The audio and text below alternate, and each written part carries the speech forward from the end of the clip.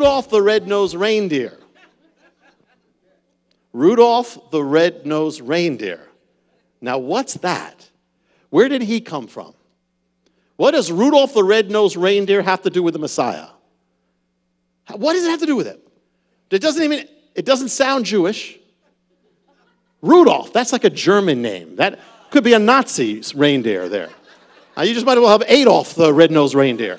Heydrich, Helmut the Red-Nosed Reindeer. That's going pretty far to make a point. You don't have Jaime the Red-Nosed Reindeer. There's nothing to do with it at all. And then Santa Claus. You just saw the Santa Claus. That's what that was all about.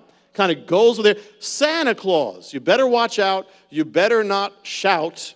You better not pout. I'm telling you why. Santa Claus is coming to town. He knows if you've been naughty. He knows if you've been nice. He knows if you've been bad or good, so be good for goodness sake. This is like the big brothers, like Gestapo. I mean, that's fear. Better watch out. Who is he, the Godfather? What he knows, behind the nice thing is this guy. The tradition goes that if you're not good, he puts coals in your socks. That's like child abuse. How did he get into Christmas? Now, I know there's a man named St. Nicholas, I know. In the first few centuries, I know that. But there's still no excuse for an overweight man scaring kids on Christmas and taking their eyes off of Jesus. I am not thrilled with Santa Claus at all. I'm sorry. I don't think, I'm not here judging you if you do this, but I don't think we should have anything, because I'm not judging pagan, but simply, why distract from the message of Messiah's birth? Why? Why take children's hearts and gear it to something else that in the end you're going to say, oh, it was all lying to you, it was all false. Then what do they think of the gospel? Why is this? It doesn't happen with other people. Doesn't happen with Lincoln's birthday or any other thing. It doesn't happen. It happens with Messiah. You got a whole mythology, and then it develops. You got Santa Claus, North Pole workshops, Santa Claus helpers, Mrs. Santa Claus. The myth keeps getting more and more involved, and Messiah gets more and more lost. We've so distorted Christmas, so distorted it, that it ends up, I remember, still I've seen it. I thought it was from my childhood, but it's still this commercial where you have Santa Claus riding on this Norelco razor. What is that? That makes no sense at all, yet it's been there, it stays there, holiday tradition. We've so distorted it. Even the scenes of Bethlehem. You have those little Christmas bubbles. How many people have had those bubbles, those that you shake up with the water and the snow comes down?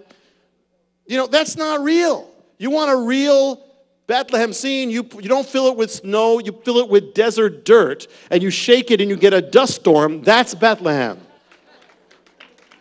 Even the songs about, Christmas, Jingle bells. What's that about? What does it have to do? The high priest, okay, he had jingle bells. He had a jingle, or he was dead. But what does it mean? Even it doesn't make any jingle bell, jingle bell, jingle bell rock. Jingle bell swing and jingle bell hop. It makes no sense at all. Even hymns. There are hymns that do make sense, and yet people sing it without meaning or pondering. And then there are hymns which are kind of in the middle. In the beauty of the lily, Christ was born across the sea, with a glory in his bosom that transfigures you and me. How many people have sung that? I'm not putting it down. How many people know what that means? In the beauty of the lilies, Christ was born across.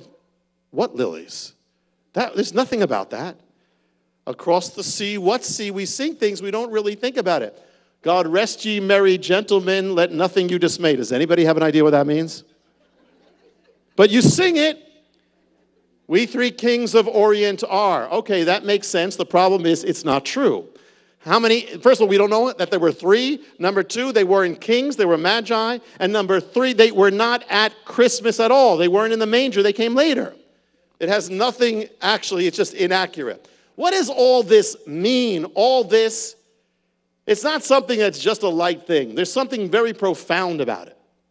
What has happened to Christmas is the most graphic, profound manifestation of something deeper that affects everything else. These are symptoms of something profound. In Jeremiah 18:15 it says, because my people have forgotten me, They burn incense to vanity. And they've caused people to stumble from the ancient paths. It says, these people honor me with their lips, but their heart is far from me. What this is, what Christmas is a graphic demonstration of, is of a civilization that is moving away from God, from Messiah, the rock on which it is founded, away from the Lord. It's like Christmas, it's so bizarre, really, when you think about it. It's so ironic. We'll celebrate Christmas without the Christ of Christmas. What is that? That doesn't make any sense. How can I celebrate? It's like we want to celebrate your birthday, but we want you to have nothing to do with it. We'll almost say it, but we're going to avoid saying your name. We're going to change. Whatever we do, we're going to distract ourselves so we're not thinking about you. The very reason for it is a symbol of a culture that's divorced from it, the very reason it was founded. It's like a dichotomy. It's a polarization. It's lip service and real life. You know, people will sing praise literally to Jesus. They'll sing the old Christmas carols, but never think once of following him. And those who actually do follow him for the rest of the year get ridiculed or get attacked. Christmas shopping, that's a symptom of something. What is it saying? It's a symptom of where the culture is really at. Where it is, what it is really following. It is really following because you know what you end up doing, that's what your heart is at. Not what you say, not your words, your lip service, it's what you end up doing. So here all this lip service to Christmas or Christ, and yet what's happening is really, for so many, it's about money and a million other things, everything but God. Because what is the culture about the rest of the year? That's what it's about. Santa Claus. What is that?